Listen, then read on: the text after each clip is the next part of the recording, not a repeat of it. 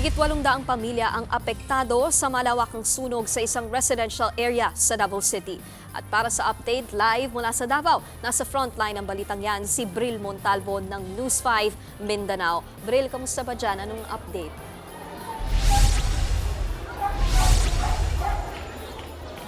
Nikki, nasa 800 pamilya ngayon ang nasa iba't ibang evacuation center matapos ang nangyaring sunog dito sa Davao City kahapon ng hapon. Nangangalit na apoy ang bumulabog sa mga residente pasado alas 4 ng hapon nitong Huwebes. Madaling kumalat ang apoy dahil sa lakas ng hangin. Pahirapan naman ang bumbero sa pag-apula sa sunog dahil sa makitid na daan. Ang mga residente nagtulong-tulong na din sa pag-apula ng apoy. Kanya-kanya din silang salba sa kanilang mga gamit. Ang mga residenteng ito, iniligpit na ang kanyang mga paninda mula sa kanyang sari-sari store.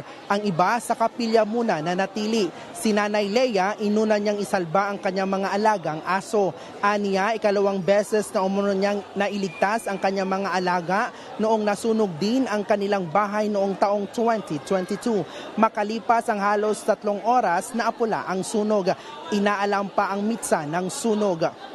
Nikki, sa ngayon ay nagpapatuloy pa ang imbestigasyon ng BFP Davao hinggil sa sanhi at maging sa damyo na nangyaring sunog kahapon. Sa ngayon ay nandito tayo sa evacuation center kung saan nagpapatuloy ang assessment ng DSWD at CSWDO sa mga apektadong residente. At may nakausap nga tayong ilan sa mga apektadong residente kanina, Nikki, dito sa evacuation center, at ang sabi nila ay higit nilang pangangailangan ngayon ay ang mga damit.